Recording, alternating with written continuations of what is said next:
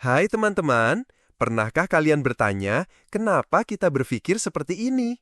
Kenapa kita punya pandangan tertentu tentang dunia, tentang orang lain, bahkan tentang diri kita sendiri?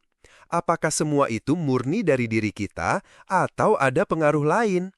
Nah, hari ini kita akan bahas tentang sosiologi dan cara berpikir kita. Sosiologi itu bukan cuma pelajaran di sekolah loh. Sosiologi adalah ilmu yang mempelajari masyarakat. Dia seperti lensa ajaib yang membantu kita melihat bagaimana lingkungan sosial membentuk pikiran kita.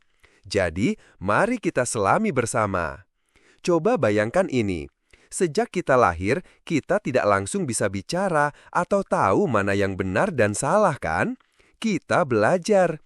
Proses belajar ini namanya sosialisasi. Dari keluarga, teman, sekolah, bahkan media sosial, kita menyerap norma, nilai, dan harapan masyarakat. Proses ini membentuk siapa kita. Dia menentukan bagaimana kita memandang dunia, apa yang kita anggap baik atau buruk. Jadi, identitas kita, cara kita berpikir, itu hasil dari interaksi sosial yang terus-menerus. Kita tidak tumbuh di ruang hampa, kita tumbuh di tengah masyarakat. Sekarang, mari kita bicara tentang realitas. Apa itu realitas? Apakah dia objektif? Ada begitu saja. Sosiologi bilang tidak selalu. Cara kita memaknai kejadian di sekitar kita, itu namanya persepsi sosial. Persepsi ini sangat subjektif, dipengaruhi pengalaman dan budaya kita. Contohnya, kulit pisang di lantai. Ada yang melihatnya cuma sampah. Ada yang langsung berpikir bahaya dan membuangnya. Kenapa beda? Karena pengalaman dan konteks sosial mereka berbeda. Inilah inti dari konsep konstruksi sosial realitas. Kenyataan yang kita anggap objektif itu sebenarnya hasil dari pengalaman dan tindakan manusia yang kita bagi bersama. Norma dan makna sosial muncul dari interaksi kita. Kita berperilaku seolah-olah konstruksi ini nyata. Misalnya status sosial. Itu bukan benda fisik, tapi kita sepakati keberadaannya. Jadi, kebenaran yang kita pegang itu seringkali adalah kebenaran yang disepakati secara sosial. Keren kan? Tapi ada satu hal lagi yang perlu kita waspadai, bias kognitif. Pernah dengar?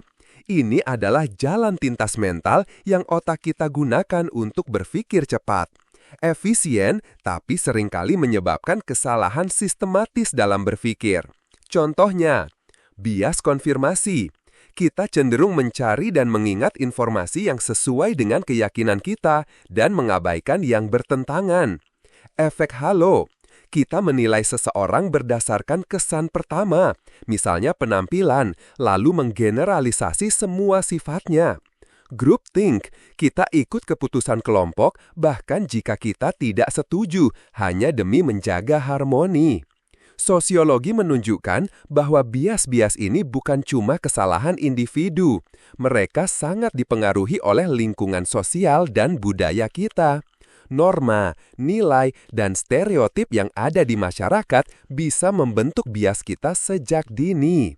Inilah kenapa berpikir kritis itu penting banget.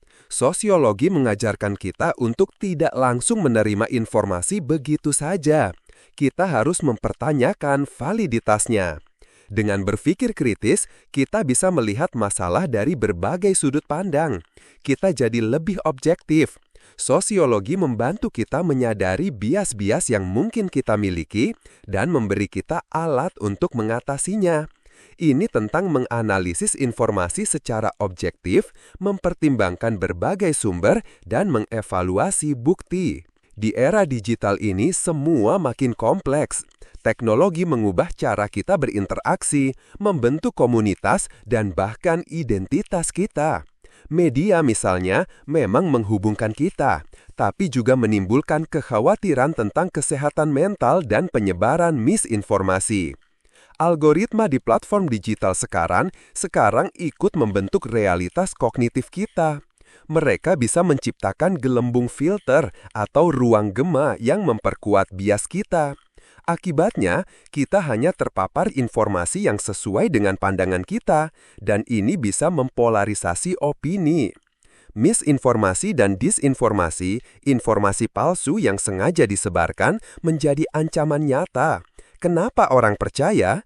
Karena informasi itu seringkali sesuai dengan keyakinan mereka yang sudah ada.